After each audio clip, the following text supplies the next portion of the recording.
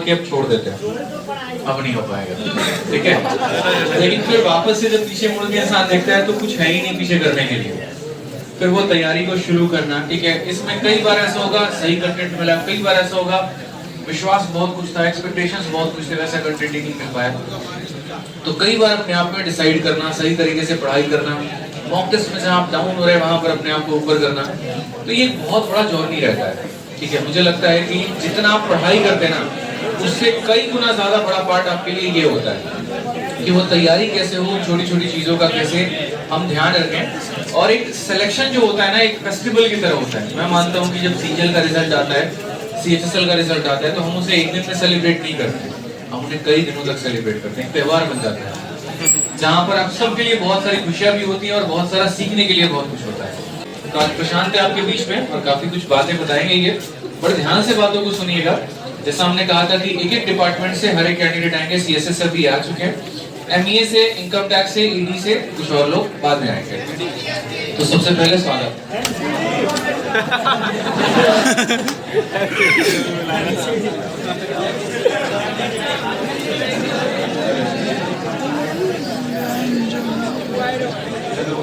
हाँ भैया, मेरा नाम प्रशांत चौधरी है। अच्छा भाई,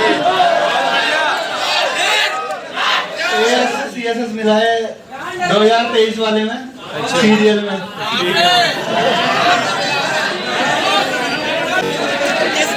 23 साल मेरी उम्र है अभी तक। नहीं ये गलत है, ग्रेजुएशन हुई थी, बाकी सर की कृपा रही, इस बार बन गए। एक विक्रमजीत सर और आदित्य रंजन सर का पकड़े तो भाई कुट कर जाओगे अपनी जिंदगी में, अगर इनका साथ ना छोड़ा तो तुमने।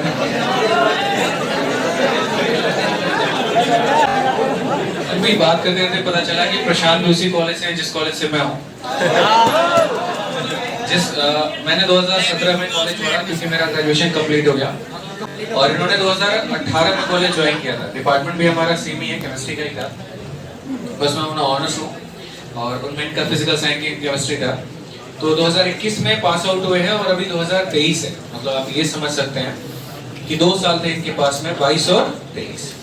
तैयारी बहुत पहले इन्होंने शुरू कर भी दी होगी या क्या पता नहीं भी की होगी, वो भी पता चलेगा। तो आपने तैयारी कब शुरू की? ग्रेजुएशन के बाद ही शुरू करी। ग्रेजुएशन के बाद शुरू कर दिया, पहले कॉलेज के साइड ही रहता था। अच्छा, कॉलेज के साइड में। ये जो कॉलेज है ये धौलाकुआं साइड है, साउथ कैंपस में आपका पड़ता है, ठीक है, सत्य निकेतन एआरएसडी कॉलेज, आत्माराम सनातन धर्म कॉलेज है। फिर मैं मुखर्जी का शिफ्ट हो गया था, मेरे जो यार दोस्त थे, तो फिर मैं यहाँ के केडी लाइब्रेरी ज्वाइन कर ली।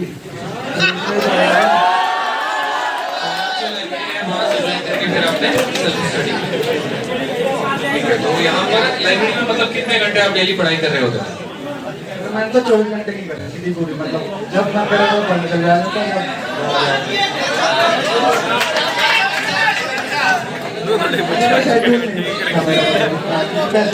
पर हाँ, सुबह को मैं 6 बजे आता था, क्या रात को 2 बजे। तो आपको सुबह फिक्स था कि सुबह 6 बजे आना ही आना है, रात में कितने बजे सोने को फिक्स नहीं था? मतलब 6 बजे में आते ही आता था, 4 घंटे की पढ़ाई मार के 12 बजे, फिर अपना खाना खा के सो जाता था। अगर रात को जागा हूँ तो, नहीं तो नहीं सोता।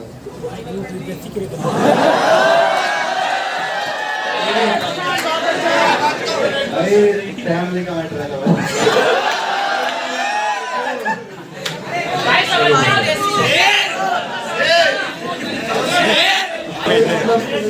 1.5 साल में कब हो जाएगी प्रिपरेशन, बढ़िया प्रिपरेशन चाहिए। 1.5 साल, 1 साल को हम अपना कोर्स पूरा कर लो सारा, अब 6 महीने की प्रिपरेशन प्रैक्टिस के लिए बहुत है। 1.5 साल में आप बहुत अच्छी तैयारी कर सकते हैं। किन किन बातों का तैयारी के समय ध्यान रखना चाहिए? कुछ ऐसे 4-5 बातें जो आप बताएं स्पेशली। मतलब प्रैक्टिस ज़्यादा करनी चाहिए हमें अपने खुद से, अपने आप, मतलब अपने आप से जितना लिखोगे ना टीचर को काम ही आया। और अपने प्रैक्टिस करते रहो, प्रीवियस ईयर करते रहो, बहुत बढ़िया है। देखो अल्टीमेट जो होता है ना, कई बार जैसे आप लोग भी मिलते हो, असल में क्या है कि ये प्लेटफॉर्म ही है, पहली बार जब आप यहाँ आते हैं तो बहुत नर्वस हो जाते वाली बात है, ठीक है। क्या कह रहे हो? मैं तो पहली बार इतनी भीड़ देखी, भीड़ के सामने मैं तो आज तक असेंबली में खड़ा नहीं हुआ। एक क्लास में भीड़ होती है हमारी। मुझे लग रहा है मैंने ऑफलाइन क्लास नहीं लिया आज तक कभी, पर इतनी भीड़ मैंने देखी नहीं आज तक। जलवा है भैया, जलवा है राजू जी के।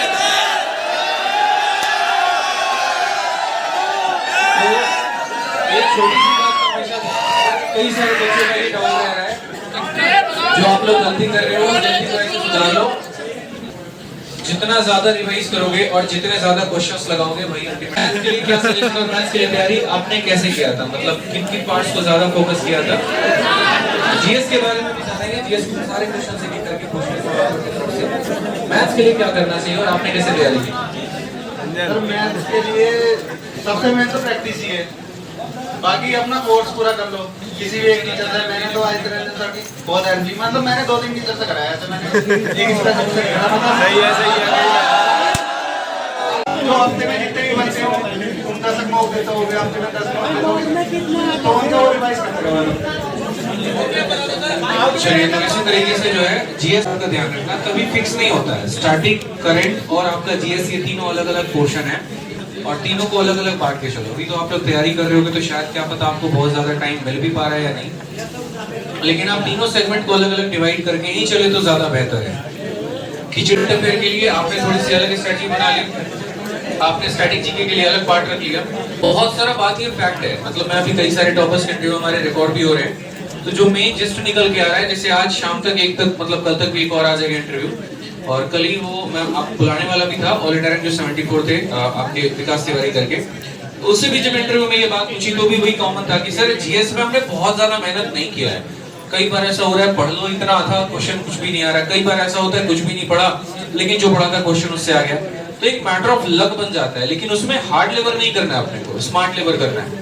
करंट अफेयर में आप एक बार साथ के साथ प्रीवियस को एनालाइज करते चलो कि लास्ट का 1 साल का पूछा कि 6 महीने का पूछा है, उसके आधार पर थोड़ा सा कर लिया। स्टैटिक में कई सारे पार्ट ऐसे हैं जो ड्रॉप करने के लायक है, कई सारे